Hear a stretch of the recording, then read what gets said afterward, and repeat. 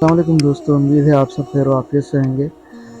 دوستوں، آج کی گفتگو کا عنوان ہے حضرت عبداللہ بن حذافہ رضی اللہ عنہ کا واقعہ، جنہوں نے حکومت بدولت و شہزادی کو ٹھکرانے والے صحابی کی داستان۔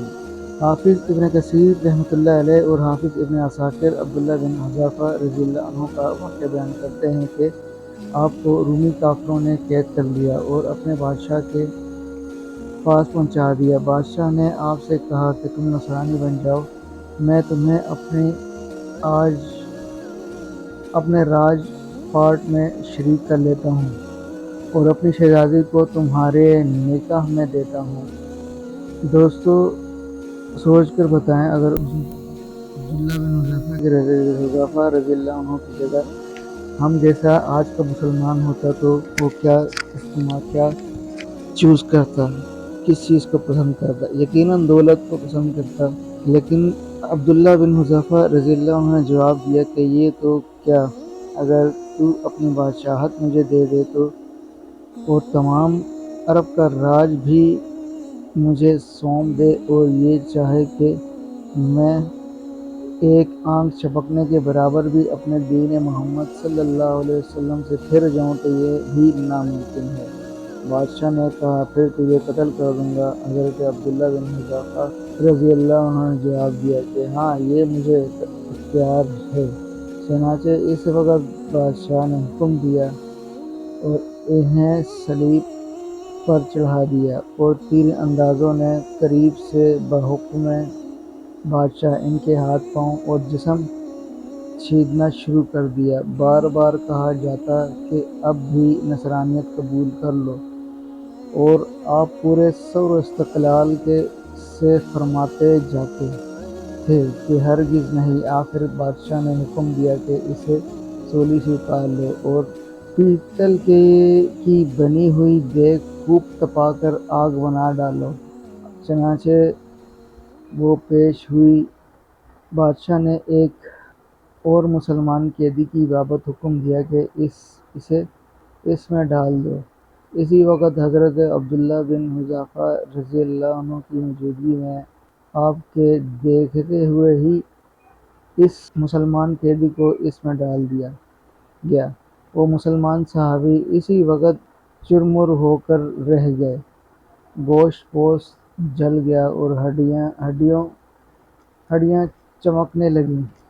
پھر بادشاہ نے حضرت عبداللہ بن حذافہ رضی اللہ عنہ سے کہا کہ دیکھو، اب بھی وقت ہے، بات مان لو اور ہمارا مذہب قبول کر لو، ورنہ اسی آگ کی دیگ بھی اسی طرح تمہیں بھی ڈال کر جلا دیا جائے گا۔ آپ نے پھر بھی اپنے ایمان سے جوش سے کام لے کر فرمایا کہ ناممکن ہے کہ میں اللہ کے دین کو چھوڑ دوں۔ اسی وقت بادشاہ نے حکم دیا کہ انہیں چرخی پر چڑھا کر اس میں ڈال دو۔ جب یہ آگ کی دیگ میں ڈالے جانے کے لیے چرخی پر اٹھائے گئے تو بادشاہ نے دیکھا کہ ان کی آنکھوں میں سے آنسو نکل رہے ہیں۔ اس وقت اس نے حکم دیا کہ رک جاؤ، اور انہیں اپنے پاس بلا لیا، اس لیے کہ اب اسے امید بندھ گئی تھی کہ شاید اس عذاب کو دیکھ کر اس کے خیالات بدل گئے ہوں گے۔ میری مان لو، میرے مذہب کو قبول کر کے میری دامادی میں آ کر میری سلطنت کا ساتھی بن جائے گا۔ لیکن بادشاہ کی یہ تمنا بے سود نکلی۔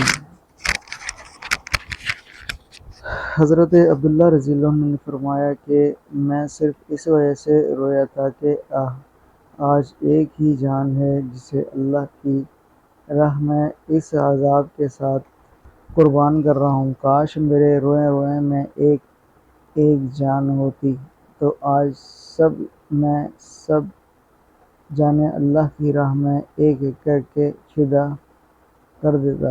بعض روایات میں ہے کہ آپ کو قید خانے میں رکھا اور کھانا پینا بند کر دیا گیا۔ کئی دن کے بعد شراب اور خنزیر کا گوشت بھیجا گیا، لیکن آپ نے اس بھوک پر بھی اس کی طرف توجہ تک نہ فرمائی۔ بادشاہ نے آپ کو بلا بھیجا اور اسے نہ کھانے کا سبب دریافت کیا تو آپ نے جواب دیا کہ اس حالت میں میرے لیے جائز تو ہو گیا ہے، لیکن میں تجھ جیسے دشمن کو اپنے بارے میں خوش ہونے کا بھی موقع نہیں دینا چاہتا۔ اب بادشاہ نے کہا، اچھا تم میرے سر کا بوسہ لے لو تو میں تمہیں اور تمہارے ساتھ کے تمام قیدیوں کو رہا کر دیتا ہوں۔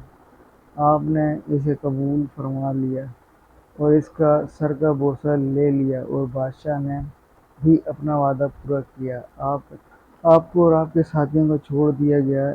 جب حضرت عبداللہ بن حذافہ رضی اللہ عنہ یہاں سے آزاد ہو کر حضرت عمر فاروق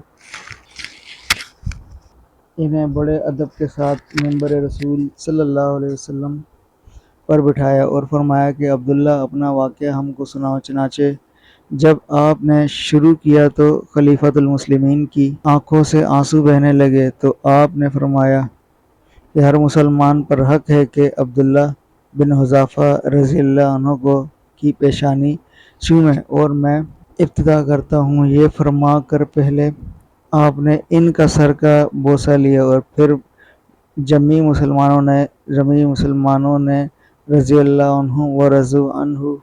ابن کثیر جلد نمبر 3 صحیح اسلامی واقعات صفحہ نمبر 62 تا 65۔ امید ہے دوستو آپ کو آج کا واقعہ ضرور پسند آیا ہوگا۔ اپنے اور اپنے ساتھ جڑے لوگوں کا خیال رکھیے گا۔ اللہ آپ کا حامی و ناصر ہو۔